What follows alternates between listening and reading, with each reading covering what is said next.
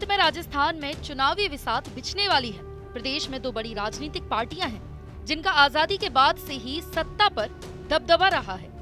पिछले 20 सालों से राजस्थान में 5 साल परिवर्तन वाली रीत चलती आई है, यानी कि 5 साल कांग्रेस तो वहीं 5 साल भाजपा का शासन। वर्तमान में प्रदेश में कांग्रेस का शासन है और कांग्रेस सरकार का दावा है कि वो सत्ता रिपीट करेंगे। बीजेपी और कांग्रेस के साथ ही इस बार सबसे ज्यादा चर्चा तीसरे मोर्चे को लेकर हो रही है।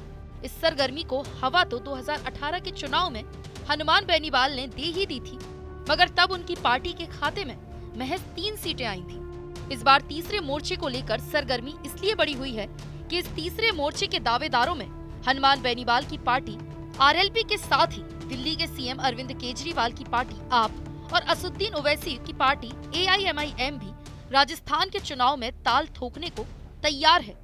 एआईएमआईएम की ओर से ओवैसी ने तो राजस्थान में कहा जा सकता है अपना प्रचार शुरू भी कर दिया।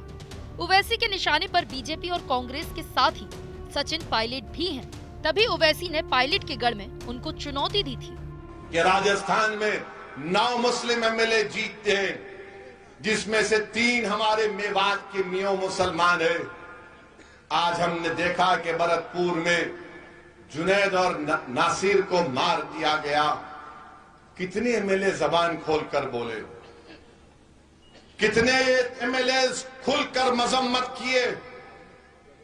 जब हैदराबाद से निकलकर असदुद्दीन ओवैसी भरतपुर जा सकता है, तो क्या जयपुर से और टोंक से निकलकर सचिन पायलट और अशोक गहलोत नहीं जा सकते जुनैद और नसीर के घर को? डरते हैं। अगर जाएंगे मुसलमानों के साथ देखेंगे तो हिंदू भाइयों का वोट नहीं मिलेगा।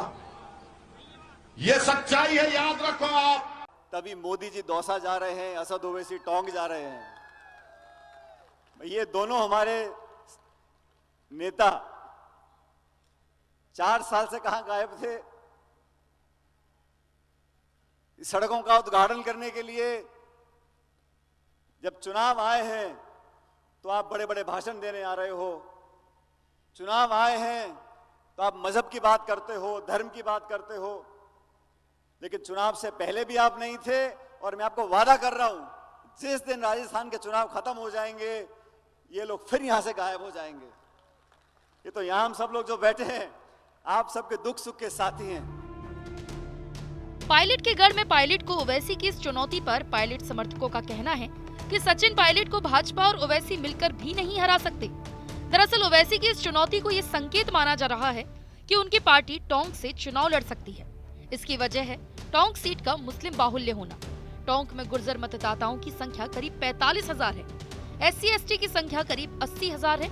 अकेले मुस्लिम मतदाताओं की संख्या 60,000 से ज्यादा है। 2018 में पायलट ने टोंक से कांग्रेस प्रत्याशी के तौर पर चुनाव लड़ा और भाजपा के प्रत्याशी यूनुस खान को 50,000 से ज्यादा मतों से मात दी थी। सचिन पायलट को कुल 1,09,040 वोट मिले हैं, जबकि यूनुस खान सिर्फ 54,861 वोट ही हासिल कर पाए थे। मगर पायलट की इस जीत को तब पायलट के सीएम फेस के तौर पर भी देखा गया। 2023 में पायलट कांग्रेस की ओर से सीएम फेस होंगे या नहीं, इस पर अभी भी संशय बरकरार है। मगर टोंक सीट पर पायलट की दावेदारी मजबूत इसलिए मानी जा रही है क्योंकि पायलट चुनाव जीतने के बाद से काफी सियासतों के दौर में भले ही गुजरे हों, लेकिन अपने क्षेत्र में लोगों से संपर्क में बने रहते हैं और समय समय पर टोंक का दौरा करते रहते हैं, जिससे पायलट का वोटर्स उनसे बंधा हुआ है।